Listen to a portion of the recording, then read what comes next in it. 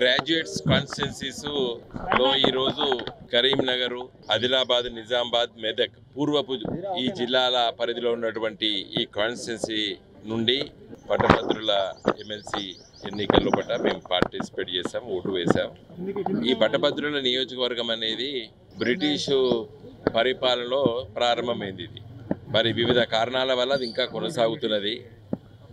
అయితే ఇంతకుముందు మిత్రులు గంగుల కమలాకర్ గారు చెప్పినట్టు పట్టభద్రుల సమస్యలకు పరిమితమై కాకుండా విద్యా విధానం పైన, పట్టభద్రులు నైపుణ్యత పైన ఈ ఎమ్మెల్సీలు గెలవలసిన అవసరం ఉంది. కాబట్టి మా పార్టీ అభ్యర్థి లేరు కాబట్టి ఉన్న వాళ్ళల్లో నేను మరి నాకు తోచిన విధంగా ఈ విద్యా విధానం పైన, తర్వాత పట్టభద్రుల సమస్యలపైన అవగాహన ఉన్నటువంటి అభ్యర్థులకి ప్రాధాన్యత ఓట్లు వేసి రావడం జరిగింది. ఏదేమైనప్పటికీ కూడా రానున్న రోజుల పట తెలంగాణ రాష్ట్రం లోపల ఒక నూతన ఒరవడి లోపల విద్యా విధానాన్ని కొనసాగించవలసిన అవసరం ఉన్నది.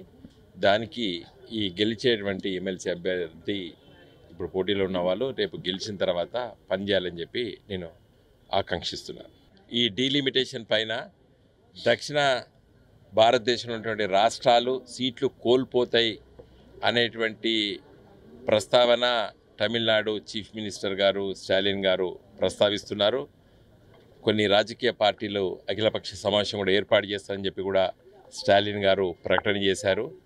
స్టాలిన్ గారు, చంద్రబాబు నాయుడు గారు ఏమన్నారంటే ఇంకా ఒక ముందుకెళ్ళి పిల్లల్ని కనాలి మనం, ఎందుకంటే దక్షిణ భారతదేశంలో పట్ల రాష్ట్రాలు జనాభా తగ్గుతుంది కాబట్టి పిల్లలను కనాలని చెప్పి వ్యాఖ్యానాలు కూడా చేశారు.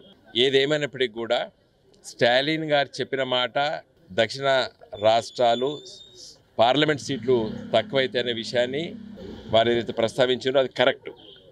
అదేవిధంగా నిన్న అమిత్ షా గారు కూడా ఒక సీటు కూడా పోదు అని చెప్పడం కూడా కరెక్ట్ అంటున్నాను నేను. అంటే కాంట్రవర్సీగా అవపడుతుండొచ్చు. ఇద్దరు కరెక్ట్ ఎట్లయితే వినోద్ కుమార్ అని కూడా మీరు ప్రశ్నించవచ్చు నన్ను. ఇప్పటివరకు 1971లో శ్రీమతి ఇందిరాగాంధీ గారు డీలిమిటేషన్ ప్రకటించినప్పుడు స్వాతంత్రం వచ్చి అప్పటి వరకు 21 సంవత్సరాలు మాత్రమే. అప్పటికే దక్షిణ భారతదేశంలో పట జనాభా తగ్గుతున్నది. అప్పుడు ఇద్దరు లేక ముగ్గురు ముద్దు అనేటువంటి స్టేట్మెంట్లు వచ్చేది. తర్వాత ఒకరు లేకపోతే ఇద్దరని వచ్చింది. తర్వాత ఒకరే ఉంటే ముద్దని కూడా మళ్ళీ వచ్చినాయి, ఏది పిల్లలకు అనడం. అప్పుడే కనుక్కొని ఇందిరాగాంధీ గారు రాజ్యాంగ సవరణ చేశారు. రాజ్యాంగ సవరణ చేసి ఏం చేశారంటే ఆ రోజు 20 సంవత్సరాల వరకు 1971 సెన్సెసే పనిచేస్తే అని చెప్పారు. 2001లో వాజ్పేయి గవర్నమెంట్ గారు మళ్ళీ 25 సంవత్సరాలు వరకు కొనసాగుతుంది 71 సెన్సెస్ అని చెప్పారు.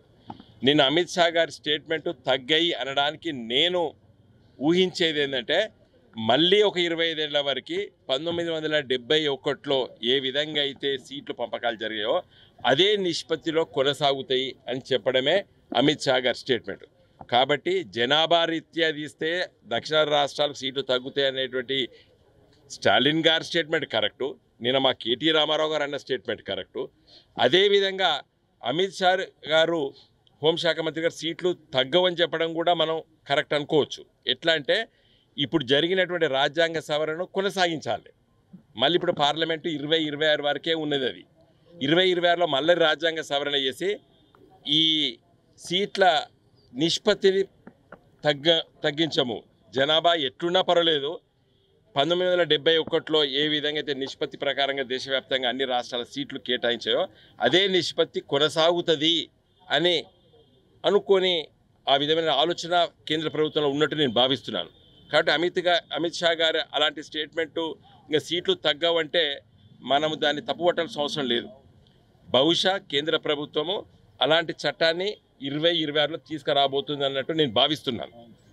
కాబట్టి సీట్లు, పార్లమెంట్ సీట్లు పెరిగినప్పటికీ కూడా అదే నిష్పత్తిలో పెరుగుతాయి. అంటే ఫర్ ఎగ్జాంపుల్ మన ఉమ్మడి ఆంధ్రప్రదేశ్లో 42 పార్లమెంట్ సీట్లు ఉండే, ఉమ్మడి ఉత్తరప్రదేశ్లో 85 సీట్లుండే. అదే నిష్పత్తితో దేశవ్యాప్తంగా సీట్లు పెరిగినా అదే నిష్పత్తిలో అన్ని రాష్ట్రాలకు పెరుగుతాయి. జనాభాతో సంబంధం లేకుండా 1971 సెన్సెస్ని ఒక బేస్ ఇయర్గా తీసుకోబోతారు కావచ్చు. కాబట్టి అమిత్ షా గారి స్టేట్మెంట్ను ఆ విధంగా అర్థం చేసుకోవాలి మనం. ఇంకా అమిత్ షా గారి ఒక మాట అని రేపు ఇంకొక మాట చేస్తే తప్పనిసరిగా దక్షిణ రాష్ట్రాలు ఊరుకోవు. ఈ దేశ విచ్ఛిన్నానికే నాంది పలుకుతుంది బీజేపీ పార్టీ అలాంటి ప్రయత్నం చేస్తే. ఏది దక్షిణ రాష్ట్రాల జనాభా సంఖ్యతోని పార్లమెంట్ సీట్లు కేటాయిస్తామంటే దక్షిణ భారతదేశం రాష్ట్రాలు ఏవి ఉండవు. ఎందుకంటే ఇప్పుడే ఆర్థికంగా దక్షిణ భారతదేశం నుండి డబ్బులు తీసుకొని పోయి ఉత్తర భారతదేశానికి పెడతారు అని ఒక ఉంది. ఇది నేను చెప్తలేను, ప్లానింగ్ కమిషన్ చెప్తుంది, నీతి ఆయోగ్ చెప్తుంది. ఇలా తెలంగాణ రాష్ట్రం 100 రూపాయలు కేంద్ర ప్రభుత్వానికి ఇస్తే కేంద్ర ప్రభుత్వం కేవలం 49 రూపాయలు మాత్రమే తెలంగాణకి ఇస్తుంది. మరిన్ని వీడియోస్ కోసం ఛానల్ ని సబ్స్క్రైబ్ చేయండి. లేటెస్ట్ అప్డేట్స్ కోసం వాట్సాప్ ఛానల్ ని ఫాలో అవ్వండి. ఆ లింక్ డిస్క్రిప్షన్ లో ఉంది.